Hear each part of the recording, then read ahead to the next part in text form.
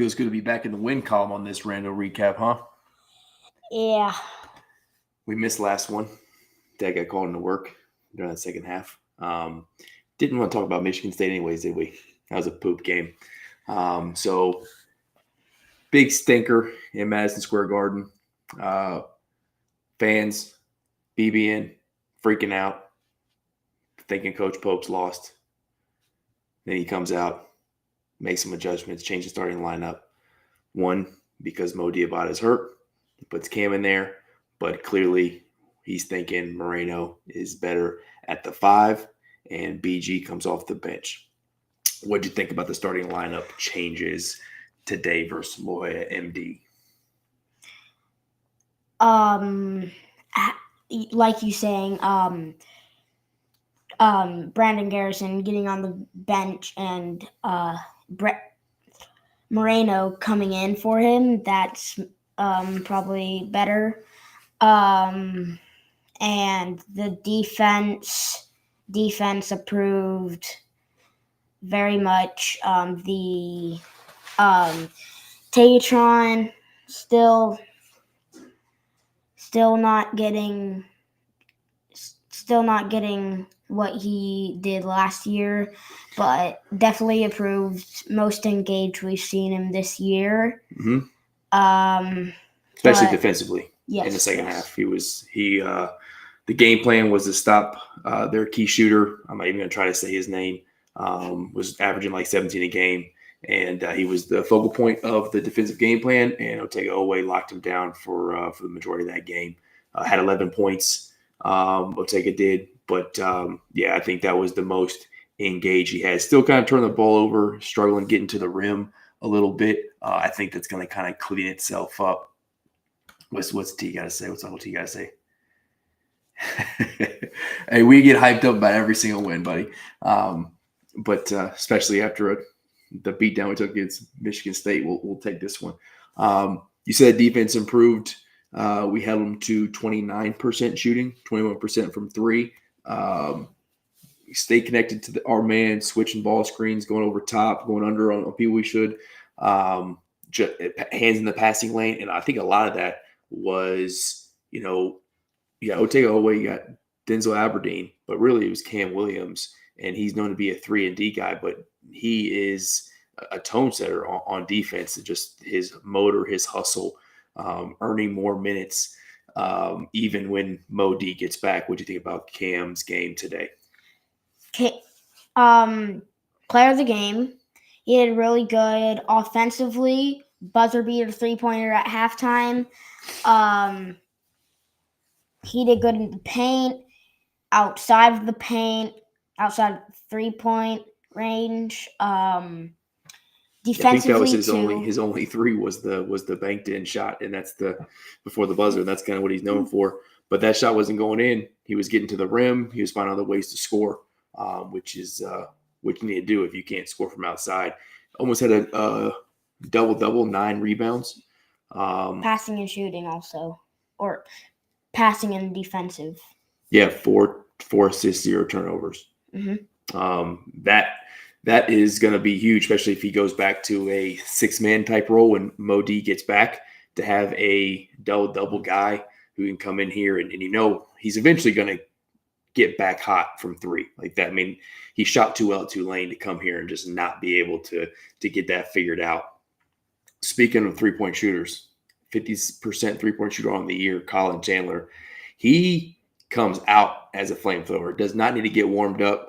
Just a microwave shooter where you hit the button and your food's instantly heated up, man. That's Colin Chandler. You hit the button, the whistle blows, tip off, and he's out there. Can get to the rim. We've seen him. We know he can dunk, but the fact that he can keep shooting the ball like he has from outside is impressive, and it's going to be a weapon. I think he is the most important player on this team. What he can do offensively is key. Yes, he's improving defensively, but really, if you watch the game consistently out of the timeout or, during – there's a few free throw opportunities in this game, but any really dead ball situation when Colin Taylor's in the game, Pope and him are talking, and there's a clear understanding of what's going on. He played for Pope at BYU. or got recruited for Pope at BYU, came to play with us, been there for 2 years. I think he just understands Pope and what he wants, and Pope trusts him. So in absence of Jalen Lowe and a point guard, Conte's not playing that point guard role, but he's playing that like coach on the floor role. And I think that's very important. So his ability to score well and be a difference maker that way is huge, but really it's his being able to translate what Pope wants to some of these new guys who are on the team. Talking about what you thought about Malachi Moreno start. We talked about it a little bit, but what do you think about his ability to start, and do you think he keeps that starting role over Brandon Garrison? I think personally it's very, very good coaching on Pope's side, because he's probably the man who can see the court better, get in that paint,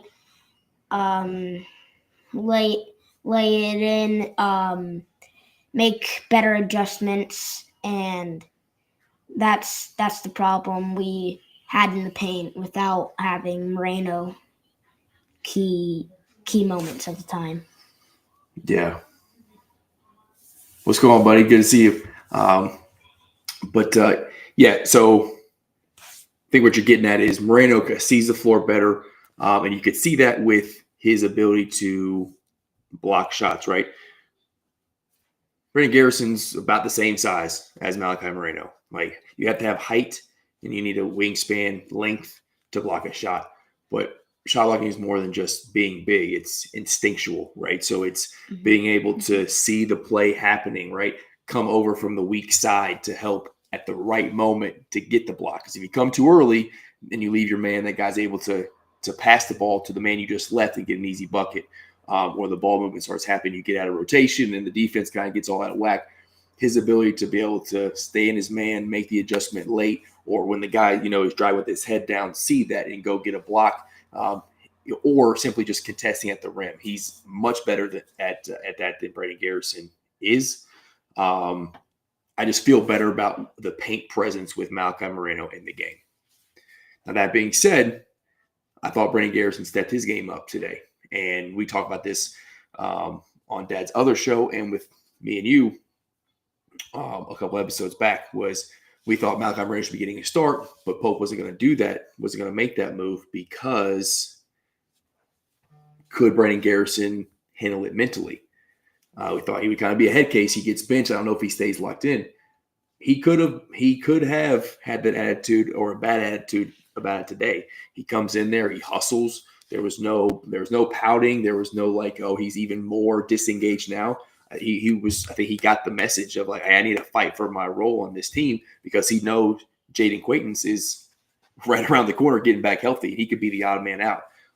So I did think he played better today and showed some fight. I mean, they went for there. Now he still looks lost sometimes, and BB and Twitter is definitely going to call him out for that on occasion. But I mean, he showed some hustle. There was a rebound for a jump ball that he picked old boy up off the ground and threw him down. Like he's got fighting, and we know that from the Louisville game, from the Oklahoma game. He's got fight and determination in him. He's just got to kind of focus that effort more and be more consistent with it. And I really liked how he responded to that adversity of getting benched today. Mm-hmm. Also, I like how our key players did, like always, kind of popping off, like Colin Chandler, Trent Noah, Denzel Zelly, Moreno. But it is. I think we had 9 players. I think 9 players scored today. Let's go through the box score real quick. But yeah, it is kind of sad that we couldn't have Modi, but at least he'll be back next week, and maybe, yeah, but we'll see. We think we will, and at least we weren't like. It's good that we didn't lose him on like going against a really top tier, like top 5 team or something. Yeah, we lost against Michigan State late in the game. I don't know. He would have yeah. made a difference for that one. But going through the box score, the other thing about this was, we got, let's see, I mean, Walker Horn and Tao got in late, but you got 1, 2, 3, 4, 5, 6, 7, 8, 9 guys who got minutes. But Trent Noel got 16 minutes, and then Yelly only got 12. So really, you had a tighter. You definitely had a tighter rotation this game than we've seen in the past, which I think he's going to have to do. Right? I don't know that the 10, 11 man rotation is going to work. And you had guys, like you said, key players playing big minutes. So Aberdeen had 28. You had Jasper Johnson got 27 minutes, which he's got to have some improvement, but he needs minutes. And this is the kind of game that you need to get minutes in. Cam had 26. Owe had 24. Moreno had 23. So getting players 25, 30-ish minutes of the guys who are going to hustle and win you ball games, that's the transition I think we need to see. Now, how that works when J-Lo gets back and, when Mo D gets back and when JQ gets in, it's going to muddy up the roster again, but that's Pope's job to figure out. Kind of closing this out, I will say Moreno's definitely the better 5. His wind isn't quite there yet. You can see that he gets tired relatively quickly. So him being able to fight through that, I think, is big. Extend that gas tank a little bit. We need him to be more of a diesel, not a 87 octane unleaded guy. Right? He's running out of gas a little bit too quick. And then Jasper Johnson, I think he can be special. And he shows those flashes. He just has to be more consistent with the decision making. Him and Malcolm have a really good connection. Like those lobs to the paint, the pick and roll. Like when those two are on the floor together, it works. But man, Jasper can't get beat off the dribble by who the hell knows who this guy is from La Jolla, Maryland, right? Like he's got to figure himself out better, and be more consistent defensively and make decisions as a point guard. He's showing flashes. I think he can do the job. And by SEC play, I hope he's kind of figuring out, because we say when J-Lo gets back, but we really don't know how that shoulder is going to be and if he's going to end up back, even though he is labeled day to day. But buddy, what are your closing thoughts on this game? Do you think this game does anything?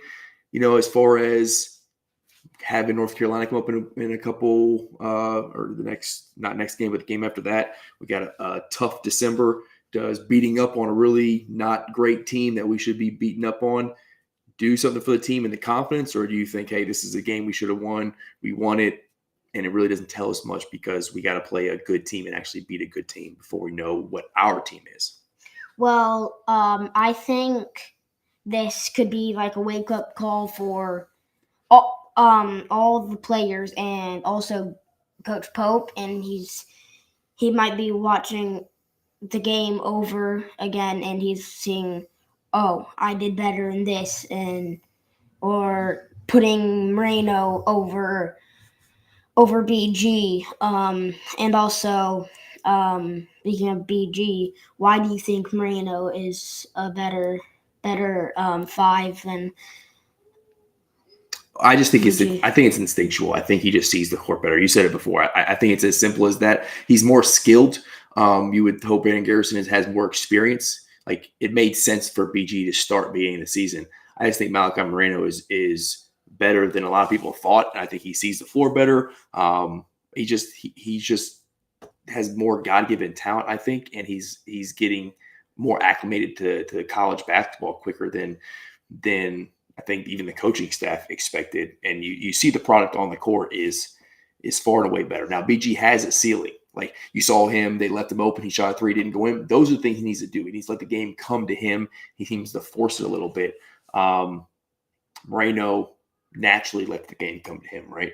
So he's like you said it the last episode, Moreno's just special. Like he's a 5-star talent for a reason. So that's not super surprising that he's better than BG. I think it's surprising that he's better than BG this early, right? Mm-hmm. So, yeah, you said wake-up call for Pope and the team. I think that's what Michigan State was. I really liked how they responded. This is a team we should have beat. We were a 30-point favorite. We beat them by 40. I liked how the team was connected. Okay, there was a lot of talk about this team and locker room dysfunction and not liking each other and all these rumors flying around that were just all kind of crazy. Colin Pope lost. Doesn't know, he can't coach. He's in over his head. He can't figure this team out. And a lot of that was because of his own words, but I think I appreciated the honesty from him and the accountability. I think this was a wake-up call, like you said. I think this was hey, we have a team that can be connected. We can play well. We should have dominated them, and we did. And, yes, I do think based off the effort we saw in this game, Pope can look at the film and say, there's still some things we need to improve. He talked about it after in the post game that Yelovich has 50 sprints he's got to do from baseline to the rim because he doesn't like how he's, traveling the court and sprinting back in transition. He's probably used to playing like a Euroball and coming out to the wing when we need Yelovich getting to the cup. So he's going to be able to take some things from this. We got Tennessee Tech next. Then we got a test in Rupp Arena against North Carolina against Caleb Wilson, who was at one point thought to be a Kentucky lock and decided to go to North Carolina. So, Pope knows him as a player because he recruited him heavily. Hopefully he knows how to combat Caleb Wilson's game because he is super talented. And you get a win against North Carolina in Rupp, and we are all the way back. We are all the way back, and everything's in front of us. A lot of ranked teams left to play, and then we get in the SEC play. All right, we didn't get Louisville. It stinks, but we'll have other opportunities to win big games. Too early to panic. What do you think? Too early to panic? Yes. Yeah. Tell them to calm down. Say, calm down, BBN. All right, buddy. You got any closing thoughts? Not really, no. Let's go beat Tennessee Tech. Even though we lost to Louisville, always L's down. So that's right. What do you think? One more question for you. Does Kentucky beat Vanderbilt in football this weekend? Hopefully. That's not super confident. We are going to beat them. I'm telling you. Pavia stinks. Our defense is good. We're rolling. Come on, Cutter Bowley. Let's go, Cutter Bowley. Big 8. Pavia's probably watching this. You think so? Yeah. Well, hopefully he gets the message. We're coming for you, Vandy. All right, buddy. As always, love you. Go Cats. Let's go beat Tennessee Tech. We'll do this again. I like it.